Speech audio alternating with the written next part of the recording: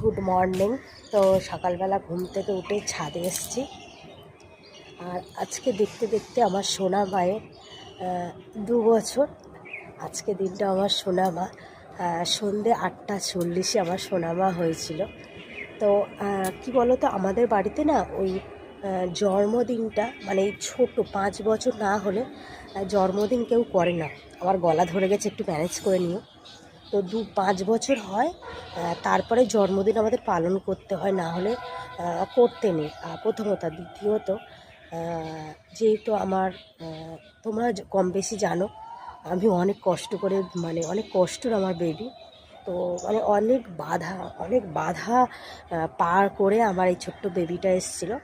আর আমার দিদি শাশুড়ি যখন বেঁচে ছিল তখন বারণ করেছিল যে 5 বছর না হলে বিশেষ করে আমাদের বাড়িটা বাচ্চাদের জন্মদিন করতে বারণ করে। সেটা আমার শাশুড়িও মানে, বাট আমিও মানি, কেননা তারা আমাদের গুরুজন। তারা যে কথাটা বলে সেটা আমরা বিশেষ করে আমি রাখার চেষ্টা করি, কেননা আজ আমার দিদি শাশুড়ি নেই। সে যে কথাটা বলে গেছে সেটা আমার মনে হয় রাখা দরকার। সে একটা গুরুজন ছিল।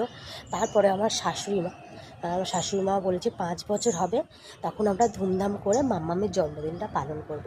তো মাম্মাম এখন ঘুমাচ্ছে, কিন্তু দেখো আজ মাম্মামের বার্থডে, বাট আমি আজকে বাড়ি থাকতে পারবো না, কেননা তোমরা জানো রবিবার থেকে আমাদের পোলিও দিবস হচ্ছে, পোলিও সিজন চলছে।